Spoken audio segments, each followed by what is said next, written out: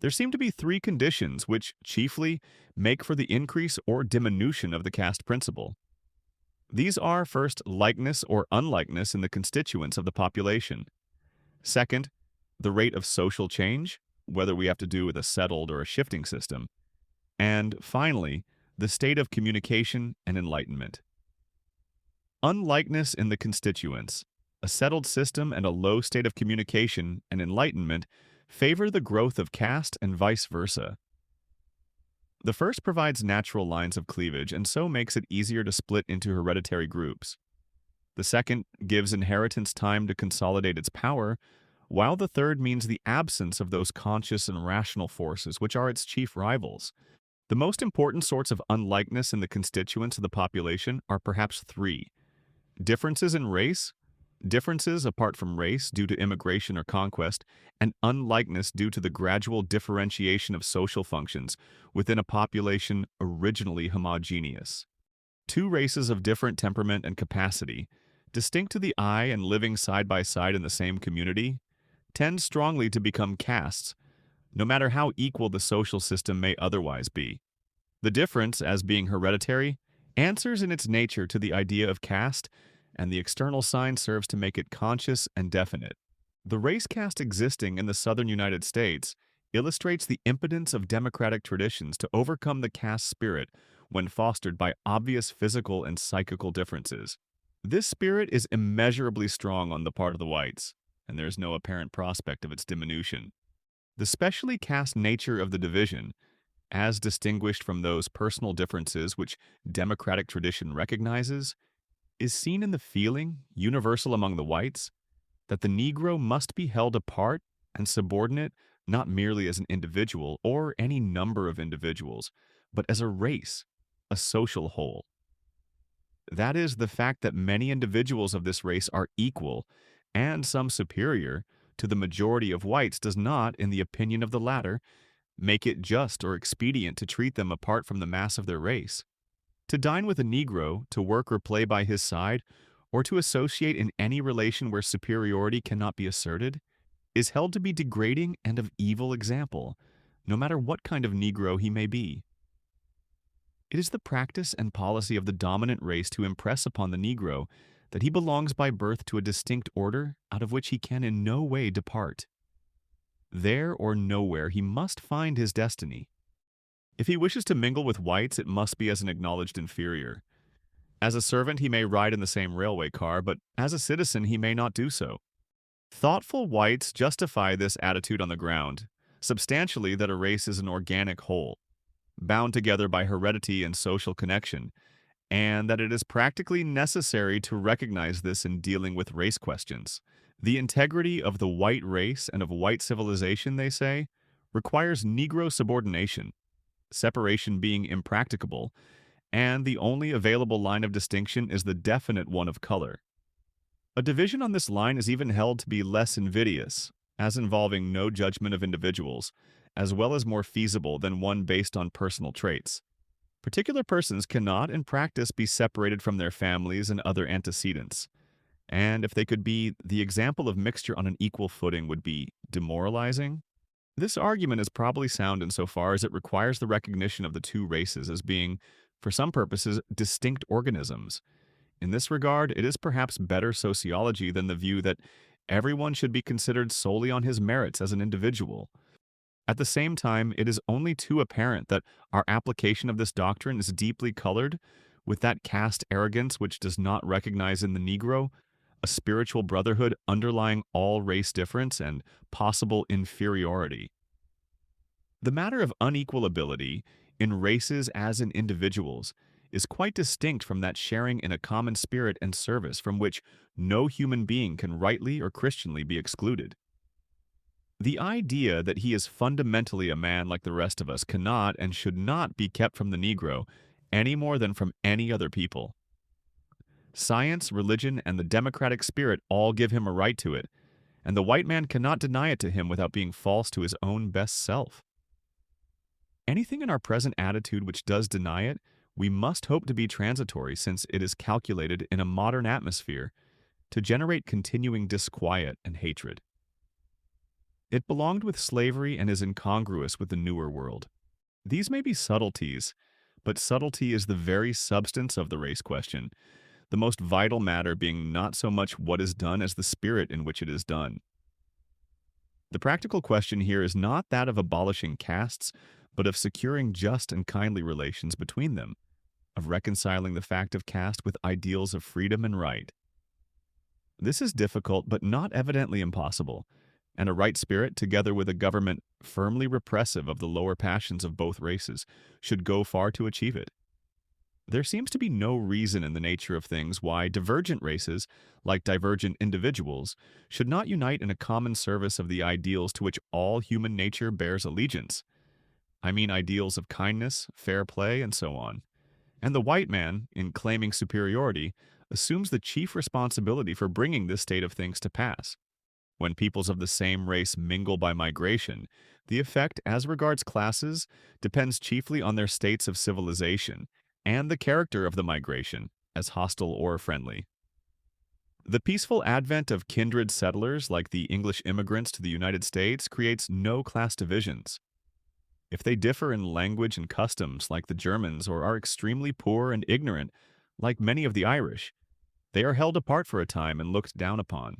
But as they establish themselves and gradually prove their substantial equality with the natives, they may become indistinguishable from the latter. Of recent years, however, the arrival by millions of peoples, somewhat more divergent, especially Italians, Slavs, and Jews, has introduced distinctions in which race as well as culture plays an appreciable part. Much depends, of course, upon the special character of the institutions and traditions that thus come into contact. Some societies are rigid and repellent in their structure, while others, like the United States, are almost ideally constituted to invite and hasten assimilation. Conquest has been one of the main sources of caste the world over. The hostile tradition it leaves may continue indefinitely. Servile functions are commonly forced upon the conquered, and the consciousness of superiority leads the conquerors to regard intermarriage as shameful. A servile caste strictly hereditary existed even among the primitive German tribes from which most of us are descended, and intermarriage with freemen was severely punished. The Lombard, says Mr. Gamer, killed a serf who ventured to marry a free woman. West Goths and Burgundians scourged and burnt them both, while the Saxons punished an unequal marriage of any sort with death of man and wife. The unlikeness out of which caste grows may not be original, as in the case of race difference or conquest, but may arise gradually by the differentiation of a homogeneous people. Any distinct social group, having its special group sympathies and traditions, has some tendency to pass on its functions and ideas to the children of its members, promoting association and intermarriage among them, and thus taking on a caste character.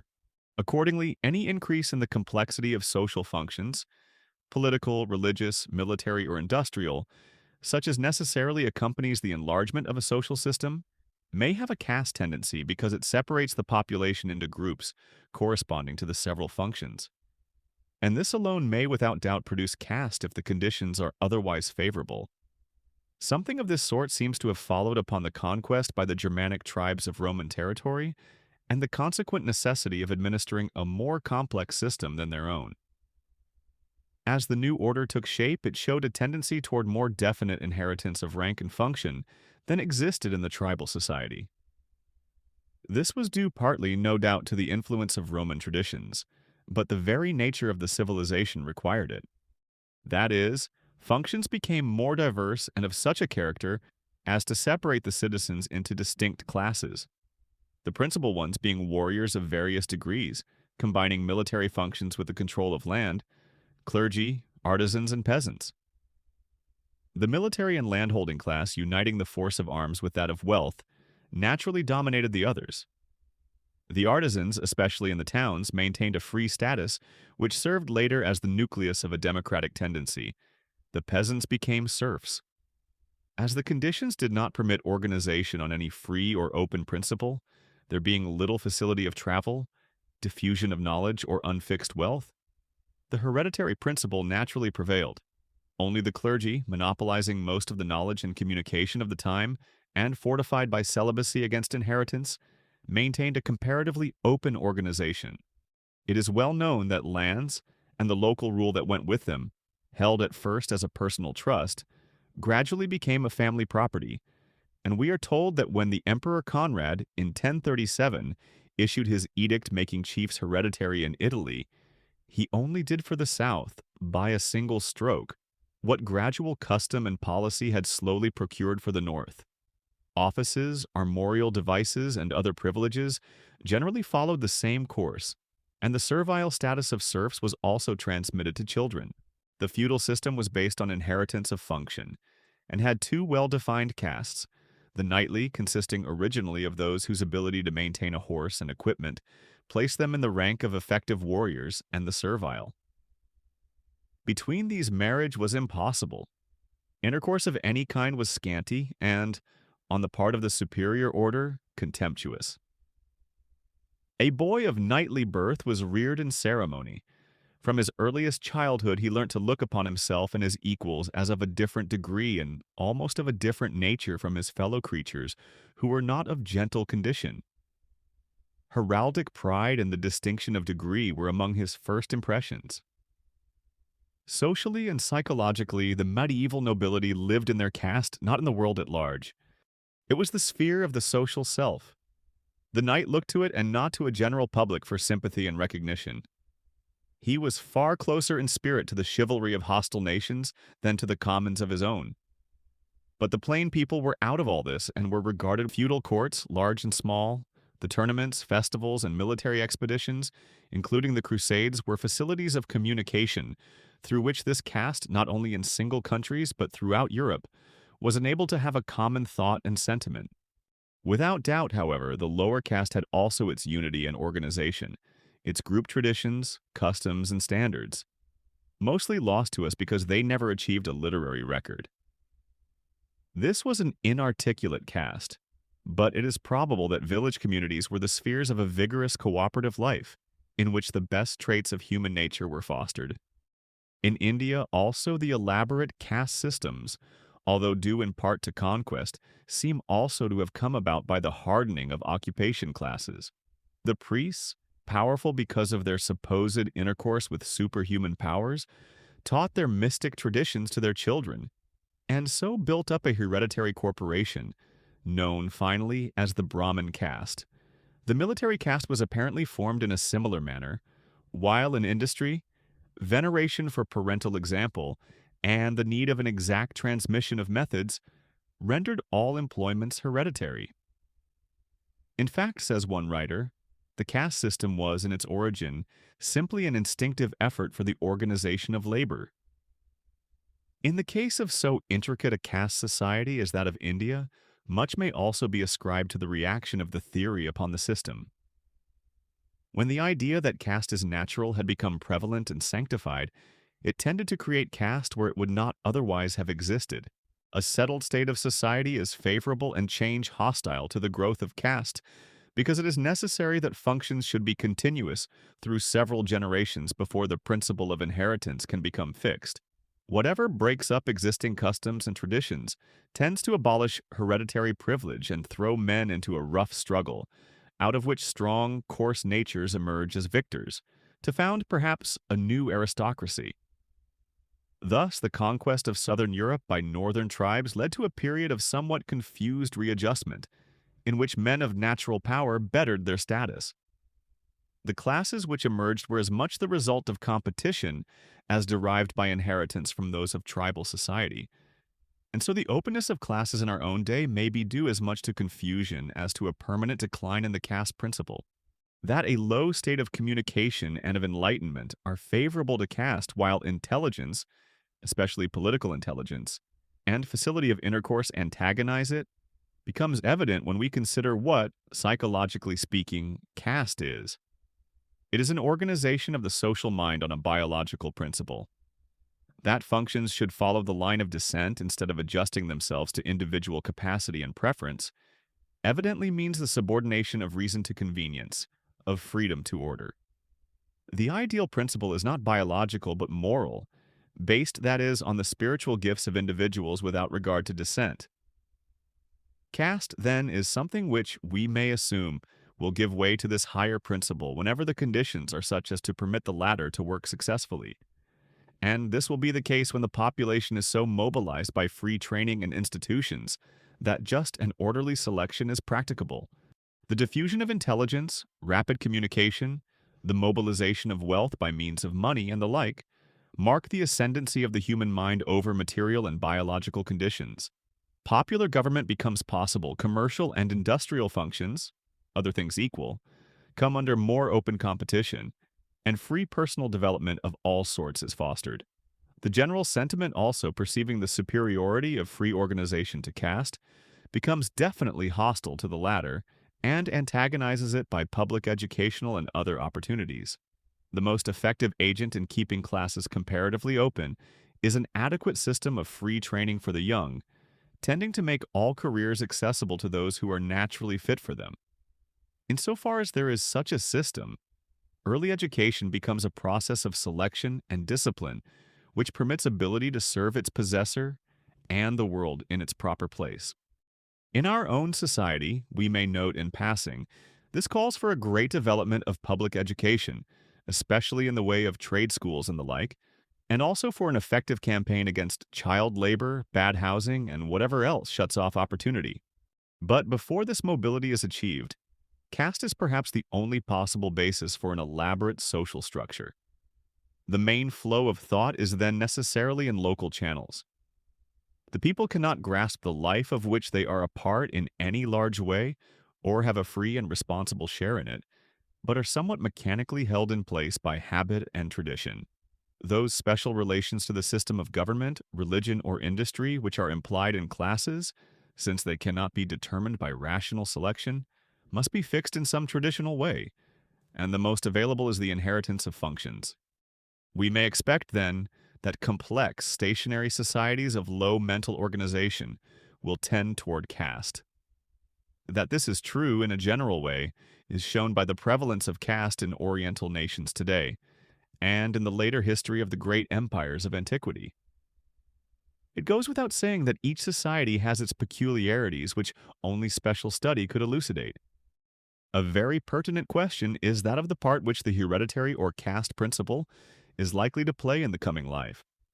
Whether it is probable that caste, other than that due to race, will arise in modern society, or that the hereditary principle will to any degree have increased ascendancy.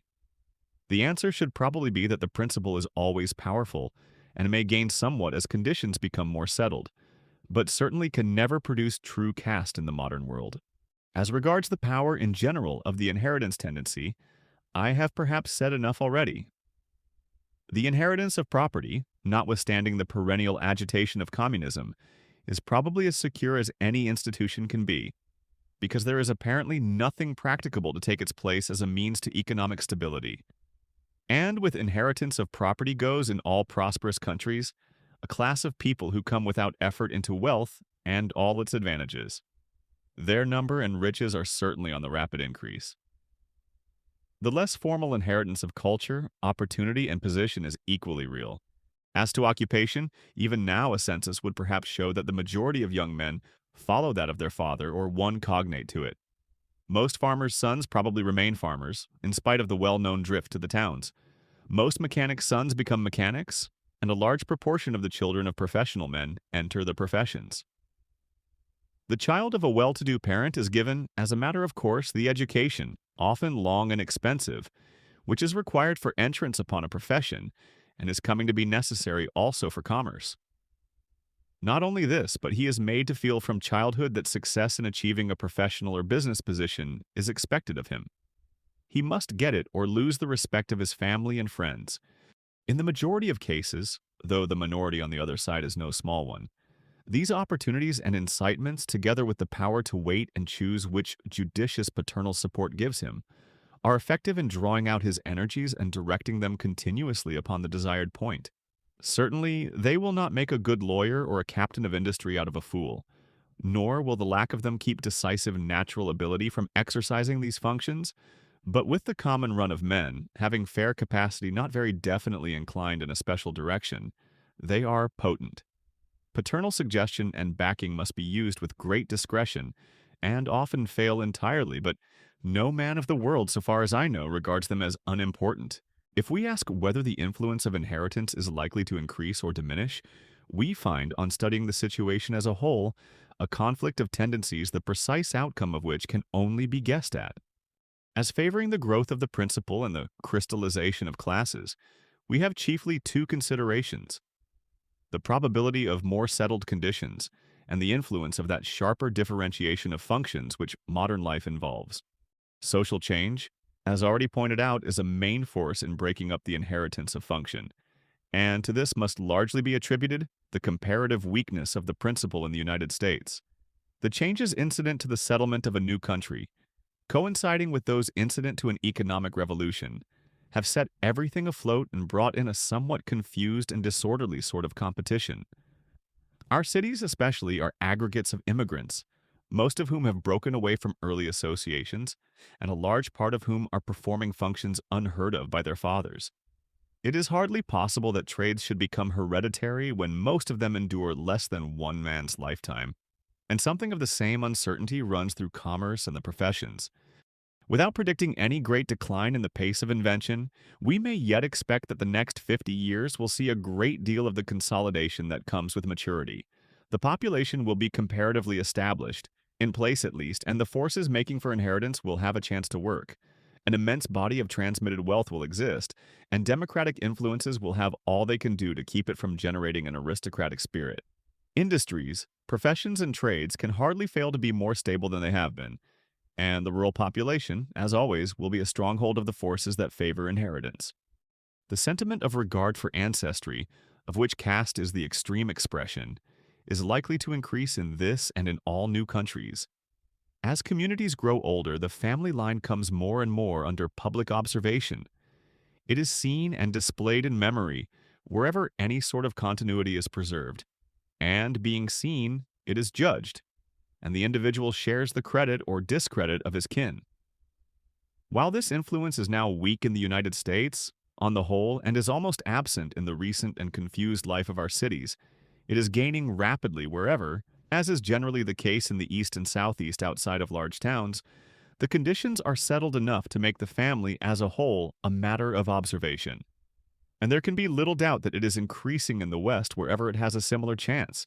In some ways, this greater recognition of descent is wholesome. A sense of being part of a kindred, of bearing the honor of a continuing group as well as of a perishing individual, tends to make one a better man. And from this point of view, our somewhat disintegrated society might well have more of it. As to the sharper differentiation that goes with modern life, we see it on all hands. The city is more clearly marked off from the country in its functions, and is itself broken up into quarters the inhabitants of which have often little or no intercourse with those of other quarters. Trades and professions subdivide into specialties, and, a more elaborate training being demanded, it is more necessary than formerly that a man should know from the start what he wants to do and assiduously prepare himself to do it. Not forgetting that there is another side to this, a side of unification implied in these differences, one may yet say that in themselves they tend to separate people more sharply into social groups which might conceivably become hereditary. The forces antagonizing inheritance of function come chiefly under two heads: the opposition of ambitious young men and the general current of democratic sentiment. Caste means restriction of opportunity, and consequently lies across the path of the most energetic part of the people. Its rule can prevail only where individual self-assertion is restrained by ignorance and formal institutions. Under our flexible modern conditions, it is safe to say no system can endure that does not make a point of propitiating the formidable ambition of youth, by at least an apparent freedom of opportunity. Even the inheritance of property is constantly questioned in the minds of the young, and nothing but the lack of a plausible alternative prevents its being more seriously assailed. And since this stronghold of inequality can hardly be shaken, there is all the more demand that it be offset by opening every other kind of advantage, especially in the way of education and training, to whomsoever may be fit to profit by it. Somewhat vaguer, but perhaps even more effective than the resistance of young men, is the opposition of the general current of sentiment to any growth of inheritance at the expense of opportunity. To abolish extrinsic inequalities and give each a chance to serve all in his own fit way is undoubtedly the democratic ideal. In politics, this is expressed by doing away with hereditary privilege and basing everything on popular suffrage. In education, it is seeking an expression quite as vital by striving to open to everyone the training to any function for which he may show fitness. But the spirit of unity and brotherhood is far from satisfied with what has been achieved in these directions, and aspires to bring home to every child that fair access to the fruits of progress which, in spite of theoretical liberty, is now widely lacking. It calls for social democracy, the real presence of freedom and justice in every fiber of the social fabric. To this spirit, any increase of the privileges, already unavoidably great, which come by inheritance, is evidently hateful. In America, at least, this sentiment is not that of a struggling lower class, but of practically the whole community. With reference to so vital a part of our traditional ideal, there are no classes. All the people feel substantially alike, and there is no public purpose for which wealth is so freely spent as in the support of institutions whose purpose is to keep open the path of opportunity from any condition of life to any other. There is also, back of this sentiment, a belief that equal opportunity makes for the general good, since that system of society will be most efficient. Other things equal, in which each individual is required to prove that he has more fitness than others for his special function. Everyone can see at times the deteriorating effect of family influence, as upon business establishments when a less competent son succeeds his father, or upon military service as in the British Army at the outbreak of the Boer War. On the other hand, the results of a confused competition may be worse than those of order, even if the latter rests upon an artificial principle. Thus, it is said with some truth, and this is perhaps the most considerable argument for caste in modern life, that a class having hereditary wealth and position, like the English aristocracy, makes a permanent channel for high traditions of culture and public service, and that it is well to preserve such traditions even at the cost of a somewhat exclusive order to contain and cherish them. De Tocqueville, himself imbued with the best traditions of the old French aristocracy, held this view and ascribed the lack of intellectual distinction in the America of his day largely to the fact that there was no class in which the taste for intellectual pleasures is transmitted with hereditary fortune and leisure, and by which the labors of the intellect are held in honor. The answer, of course, is that there are other means than caste for securing the continuity of special traditions, and, more particularly, that voluntary associations are capable of supplanting inherited wealth as channels of culture. In the various branches of science, for example, we have vigorous and continuing groups, with plenty of esprit de corps, by which the labors of the intellect are held in honor. If libraries, associations, and educational institutions can do this for one phase of culture, why not for others? It would be unfair, however, not to acknowledge that great services are constantly rendered to society by persons whom inherited wealth enables to devote themselves earlier and more independently to high aims than would otherwise be possible. There is certainly something favorable to originality in an inherited competence, without which one is more apt to be coerced into seeking a kind of success already in vogue, and so having a market value. And the movement to foster originality by endowments depending upon merit rather than birth will be most difficult to make effectual, since such endowments almost inevitably fall into the control of an institutional sort of men who cannot be expected to subsidize heresy.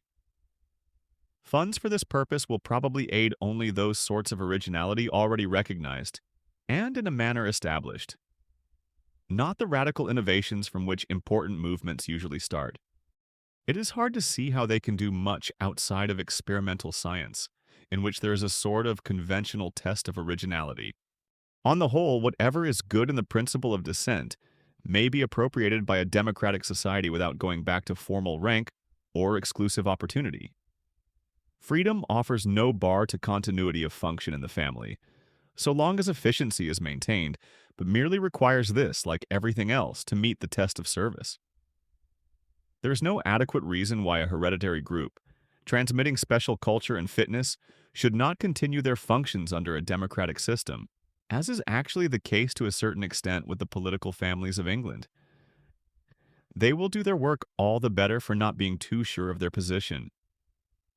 I see nothing but good in the fact that a military career has become traditional in a number of American families, who have rendered distinguished service of this sort.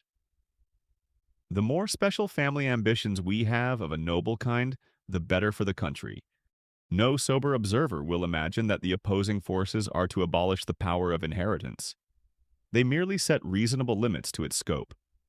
When the way of ambition is open to the most energetic individuals, the sharpest teeth of discontent are drawn, and the mass of men very willingly avoid trouble to themselves and to society by keeping on in the paternal road.